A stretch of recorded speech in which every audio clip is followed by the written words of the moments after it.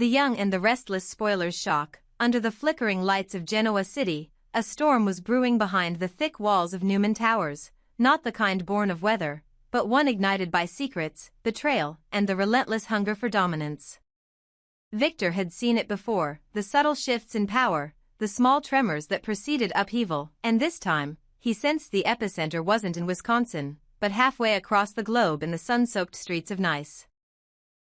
And at the heart of it all was a name that never failed to provoke suspicion: Cain Ashby. Victor had always harbored doubts about the man. He knew from experience that those who disappeared quietly often returned with a roar, and Cain's reemergence onto the international scene was anything but benign. It wasn't just his sudden acquisition of assets once thought lost to time. It was the pattern of influence he had begun weaving, a slow and silent entanglement of power that was becoming too bold to ignore. He had connections, obscure yet potent, and whispered rumors about a man named Aristotle Dumas kept resurfacing. Most would have dismissed it as European corporate mythology, but Victor knew better. Dumas wasn't a phantom, he was a front. And behind that name, Victor suspected, was Cain, cloaked in another man's legacy, pulling strings from the shadows. Adam had always inherited his father's sharpness, a predatory instinct honed by betrayal and necessity. He too felt the unease. Though he had recently taken control of Newman Media and offered his sister breathing room during Cole's mysterious health decline, Adam found himself restless. There were gaps in the stories reaching his desk, inconsistencies in market activity tied to subsidiaries in France, and untraceable figures purchasing influence across digital platforms. All of it pointed toward an organized effort, deliberate and disguised. And the name Aristotle Dumas surfaced once again, like a specter haunting the edges of every lead. What Adam didn't yet know, however, was that Colin Atkinson, once an unrelenting schemer in his own right, was already dead. And Cain had made sure of it. The death was not documented in any official report. No obituary. No investigation. Just a quiet erasure, assisted by one Holden Novak, a man with a face nobody in Genoa City would recognize but whose fingerprints were all over France's economic upheaval. Holden was Cain's silent weapon, his strategist, and his alibi. Every financial move Cain made was sterilized through Holden, and every threat neutralized before it reached a headline. Victor and Adam began comparing notes in clandestine meetings. Away from the press, and especially away from Victoria, who was consumed by Cole's rapid decline. She had retreated into herself, a fortress of grief and unanswered questions, and though she remained a Newman by blood and power, her absence created a vacuum that Cain was now exploiting. Victor knew that Cain's game wasn't merely financial. It was personal. He wasn't just targeting assets, he was targeting the Newman legacy, inch by inch, hoping to corrode it from the inside out. Victor also knew Adam had something he lacked: proximity and urgency. Adam's impulsive nature, once a liability, was now an advantage. So when the dots finally connected, when the phantom name Dumas began appearing in encrypted financial activity linked to Newman Enterprises' international branches, Victor made the call. Adam was to fly to Nice immediately. Not just to investigate, but to strike. Leaving Chelsea in charge of Newman Media was a calculated risk, but Adam trusted her. Despite everything, they had reached a mutual understanding, a place where ambition didn't interfere with loyalty. Chelsea had her own battles, and running the media division gave her a renewed sense of purpose. Adam, meanwhile, packed lightly, not because he expected a short trip, but because he expected volatility. He didn't plan to operate as a businessman. He was going in as a soldier. And as the private jet soared into the night, Adam reviewed every file Victor had passed along, noting every suspicious transaction, every unexplained delay in shipping reports, every executive name newly connected to Dumas. The pattern was clear.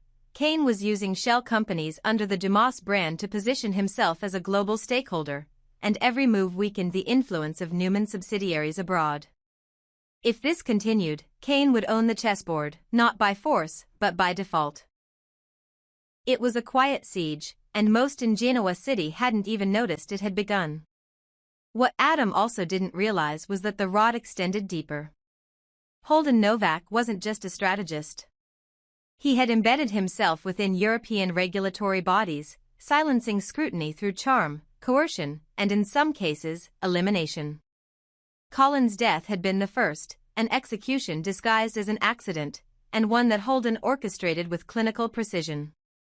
Kane had learned from Colin's mistakes. Where his father relied on deception and audacity, Kane leaned on structure and shadows. The more invisible he was, the more powerful he became. But his fatal flaw, Victor had noted, was arrogance. Even the best-laid plans reveal themselves when the architect can't resist gloating. Kane, now fully embodied as Dumas, had begun throwing parties in France, drawing in socialites, politicians, and tech magnates, each one unknowingly feeding into his illusion of legitimacy. And that was where Adam intended to strike, at the event where masks came off, and true ambitions revealed themselves under the guise of celebration. As Adam arrived in Nice, the contrast between the city's elegance and the storm he carried inside him was stark. The Mediterranean air was warm, fragrant with sea salt and roses, but his mind raced with suspicions. He met with a local investigator on Victor's payroll, who handed him a thin dossier marked with red tabs. Photos of Holden near a villa registered under a dummy corporation, encrypted files hinting at off-the-books transactions, and, most chillingly, a grainy photo believed to show Colin's final moments. No blood, no body. Just absence. Adam knew what it meant. And it made him more dangerous than ever. Kane, meanwhile, was preparing for his grand unveiling. The Dumas estate had been transformed into a fortress masked as a palace, and invitations had been sent to elites across Europe. Among them were disguised agents from Victor's network, silently threading through the crowd. But Kane wasn't blind. He knew Newman eyes were closing in, and he welcomed it. He wanted them to see what he had become, a man reborn not from legacy, but from obliteration. He didn't want to inherit power. He wanted to dismantle it and build something entirely his own. Adam's presence in France was anticipated, but not feared. Kane saw him as predictable, emotional, volatile, and ultimately distracted. What he didn't account for was that Adam wasn't the same man who once warred with his own father. He had learned. And now he hunted with surgical intent. The confrontation didn't happen in a boardroom or a courtroom. It happened in whispers, in sudden disappearances, in briefcases exchanged in back alleys and satellite signals bounced off Mediterranean towers. Adam moved like a ghost, intercepting shipments, bribing guards, flipping contacts. He wasn't trying to destroy Kane. Not yet. He was trying to trap him, to force him into arrogance, to bait the mask off Dumas. And when that moment came, when Kane finally stepped forward at the villa's marble balcony, declaring his arrival as the new titan of global equity, Adam was already in the crowd, watching, recording, waiting for the slip. Because once that footage reached Victor, the game would shift. And it wouldn't be about defense anymore. It would be a purge. Victor, thousands of miles away, stood at his office window, sipping scotch, his expression unreadable. He had seen empires rise and fall. But this was personal. Kane had crossed a line when he buried Colin without consequence, when he began corrupting Europe under a stolen name. The Newmans had been targeted before, but never like this, never with such slow-burning precision. And Victor had no intention of letting it go unpunished. With Adam in position, and Chelsea guarding the empire, Victor activated the next phase of his plan. Not exposure, but acquisition. He wouldn't destroy Dumas from the outside. He would own him, absorb him, and erase the man behind the name until not even Holden could rebuild him. But what none of them knew was that someone else had entered the chessboard, someone with her own grudge, her own stake, and a secret Kane never saw coming. Would you like me to continue this storyline further? Perhaps introduce Amanda, Devon, or Phyllis into the mix for added drama. Adam didn't wait long after his first covert operation in Nice yielded results. He had seen enough to confirm what he suspected and more than enough to sound every alarm Victor had trained him to recognize. The grainy photograph of Colin's final moments now sat digitally encrypted in Adam's secure tablet, but its image burned in his mind like a permanent scar. There had been no doubt left, Kane was behind it. The method of Colin's disposal was cold and clinical, not the impulsive act of a desperate man but the calculated execution of someone who had rehearsed the fallout before the act itself. And the man aiding him, the elusive Holden Novak, was not just an accessory but a ghost in Kane's design, a man who moved through power structures undetected, manipulating policy, bribing officials, and laundering Kane's legacy into the Dumas name. The moment Adam landed the evidence, he called his father. Victor answered with the restraint of a general used to battles on every front. His tone was calm, but the weight in his silence spoke volumes. Adam, never one to mince words in the face of real threat, laid out the details: the false identity of Dumas, the erasure of Colin Atkinson, the network Kane was building through Holden's connections, and the subtle erosion of Newman influence in France. Victor didn't ask twice. He processed, digested, and began cross-referencing with intelligence from his own private network. Within hours, investigators loyal only to him sent in dossiers that corroborated Adam's findings. Minor officials in southern Europe had recently accepted anonymous campaign donations, and several real estate holdings across France and Belgium, all now tied back to shell companies linked to Holden. It was an intricate web, but Victor had unraveled more complex threads before. Together, father and son crafted a blueprint for retaliation. It wasn't just about exposing Kane, that would be too simple, too clean. No, Victor wanted to dismantle him brick by brick, empire by empire. The first step was identifying the vulnerabilities, and Adam had already planted the seeds by appearing at the Dumas Gala. Kane didn't yet know how much Adam knew, but that wouldn't last long. They had to act swiftly, methodically. Victor would handle the destabilization from Genoa City, while Adam remained the field operative, shadowing Kane's next moves, anticipating every shift in his strategy. But as all eyes turned to France, it was Chelsea, seemingly far from the battlefield, who unknowingly delivered the next blow. Back in Genoa City, Chelsea had grown suspicious of Holden Novak. The man had always struck her as calculated, too polished to be harmless. When she spotted him dining at Society, casually flipping through documents masked as travel notes, something in her stomach turned. The timing was off. His travel history intersected too cleanly with the acquisition trail Adam and Victor had begun piecing together. Seizing the moment, she approached him under the pretense of casual conversation.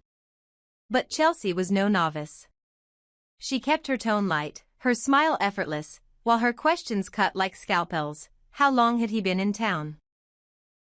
Was he in publishing, perhaps real estate?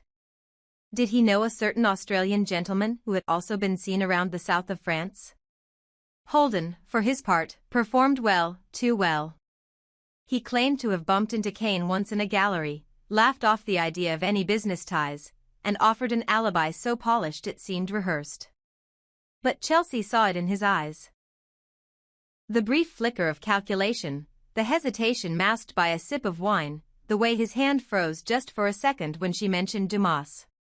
She returned home and sent Adam a voice memo with everything she had noticed. Her instincts screamed that Holden wasn't just an ally, he was the architect. And she knew Adam would hear what she didn't say aloud. This wasn't some side player. This was Kane's right hand, the executor of the plan Victor now sought to unravel. When Adam relayed Chelsea's findings to Victor, the old man leaned back in his chair, the wheels already turning. He knew men like Holden, not the type who made noise, but the type who whispered through institutions. And men like that were never loyal to one master. They could be bought, flipped, or exposed, sometimes all at once. Victor summoned his legal counsel, his financial operatives, and the remnants of his European intelligence net. The goal was simple: make Holden bleed information. Whether through blackmail, seduction, or corporate warfare, Victor would extract every name, account, and meeting Kane had tried to bury beneath layers of shell companies and diplomatic insulation. Meanwhile, Kane began to feel the tremors of war. The Dumas name, once untouchable in French media circles, was now suddenly under audit by two international watchdog agencies. One tied loosely to Interpol, the other anonymously funded by a New York hedge firm that answered, in a twisted line of succession, to a Newman shell company. Legal pressure built quietly. Public records of Dumas-owned properties began to disappear from French registries. Travel visas for Holden's operatives were delayed or revoked. Business meetings, once routine, were now punctuated by unexpected questions about money trails and company ownership. Kane realized then that he had underestimated them. This wasn't just Victor playing chess. This was Victor playing war, with Adam as his assassin. But the Newmans weren't invincible, and Kane had grown sharper since his fall from grace. He knew Victor's weakness wasn't arrogance but legacy. Everything the old man did was to protect his name, his bloodline. So Kane adapted. He began targeting Newman's brand, not with explosives or scandals, but with whispers. He leaked misleading documents suggesting Newman media had suppressed stories about international corruption. He floated rumors that Adam had ties to off-the-record arms deals in Eastern Europe. At the same time, Holden began maneuvering Chelsea into traps, appearing uninvited at press functions she attended, ensuring photos were snapped, making sure narratives formed before facts could catch up. Chelsea, ever vigilant, responded with silence and calculation. She increased her surveillance, kept records, fed Adam everything. She had once been many things, a con artist, a victim, a survivor, but now she was an informant, a shield between the empire and the shadows closing in. Victor, seeing her value, began using her reports in his intelligence briefings. Holden had made a fatal error, he tried to rattle the wrong woman. As the walls tightened, Adam received a coded message from an old European contact, a single line. Holden travels east next week. He won't be alone. The implications were vast. Was Kane moving operations beyond France? Was there another target, another city where the Dumas network had embedded itself? Adam and Victor didn't hesitate. They divided the response. Adam would intercept Holden, extract the truth by any means necessary. Victor, meanwhile, prepared for a public move, one that would expose Kane's real identity to the world and sever his access to the global elite. What neither of them expected, however, was that someone deep within the Newman legal team had been flipped. A double agent. A loyalist to Holden, planted months ago through a shell recruitment firm. And as Victor finalized the operation to unmask Kane Ashby and dismantle Aristotle Dumas, a silent message was sent from Genoa City to Nice. A warning. 2 words. They know.